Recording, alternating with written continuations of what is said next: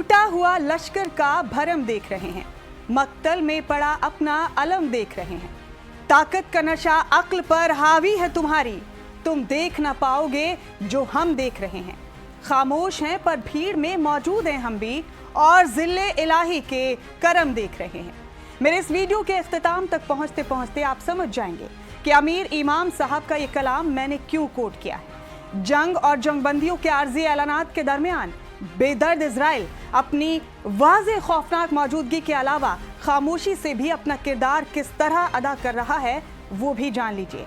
हाल ही में पाकिस्तान के वजीर दिफा यानी डिफेंस मिनिस्टर ख्वाजा मोहम्मद आसिफ ने इजराइल को एक ट्वीट के जरिए जैसे ही इंसानियत के लिए लानत और कैंसर बताया, वैसे ही पाकिस्तान के साथ साथ दुनिया की पूरी मुस्लिम बिरादरी हैरान रह गई कि आखिर आज फॉर्म 47 की मदद से मुसल्लत की गई इस हुकूमत के वजीर का सोया हुआ ज़मीर कैसे जाग गया। बेमुरव्वत और बेज़मीर हो चुकी और यहूदियों और नसाराओं के तलवे चाटने वाली हुकूमत के वजीर में इमरान खान की रूह कैसे घुस गई, क्योंकि यहूदियों को ललकारने की जुर्रत अगर पाकिस्तान का कोई सियासतदान कर सकता है तो वो सिर्फ इमरान खान है। फिर आज आफ्ताब मशरिक की बजाय मगरिब से कैसे निकल गया। जिस बेईमान हुकूमत ने इजराइल को सबसे पहले तस्लीम किया, आज उसी हुकूमत के वजीर का मिजाज कैसे तब्दील हो गया। फिर हमने सोचा कि शायद ईरान की सोहबत का असर हो गया हो पाकिस्तान की हुकूमत पर, शायद सरजमी अंबिया पर होने वाले जुल्म ने वजीर दिफा के अंदर के मोमिन को जगा दिया हो। लेकिन जैसे ही जहां पनाह नेतन्याहू के ऑफिस से उस ट्वीट का जवाब आया तो पूरी शरीफ कैबिनेट और चीफ मार्शल तक के दिलों में खौफ का जलजला आ गया।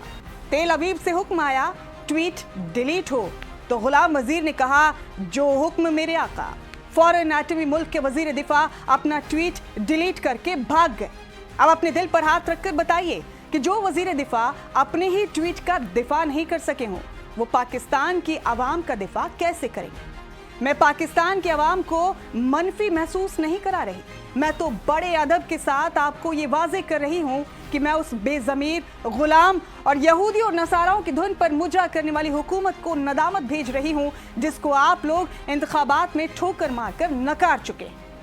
एक तरफ तो मर्द मोमिन ईरान है जिसने बगैर एटम बॉम्ब के अपनी इस्लामिक शनाख्त के दिफा के लिए एटमी पावर के गिरबान में हाथ डाल रखा है और सरजमी अंबिया के बाशिंदों के हक के लिए सीना तान कर खड़ा है। और एक तरफ शहबाज शरीफ, आसिम मुनीर और ख्वाजा साहब आप हैं जो इस्लाम के नाम पर बदनुमा दाग है, जो एटमी पावर होने के बावजूद एक ट्वीट तक नहीं झेल पाए और इस्लाम और मुस्लिम बिरादरी के वजूद को मिटाने पर आमादा इजराइल के तलवे चाटने में मशगूल हो गए।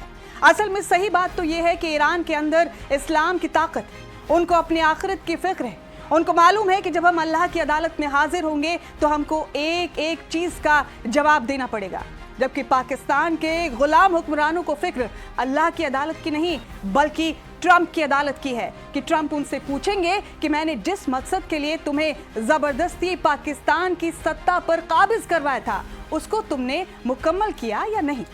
बहुत अफसोस है बुज़दिल हुक्मरानों, जिस मजहब की बुनियाद पर तुम्हारी पैदाइश हुई थी उसी मजहब के सबसे बड़े दुश्मन की एक हेकड़ी के आगे तुम सजदा कर गए।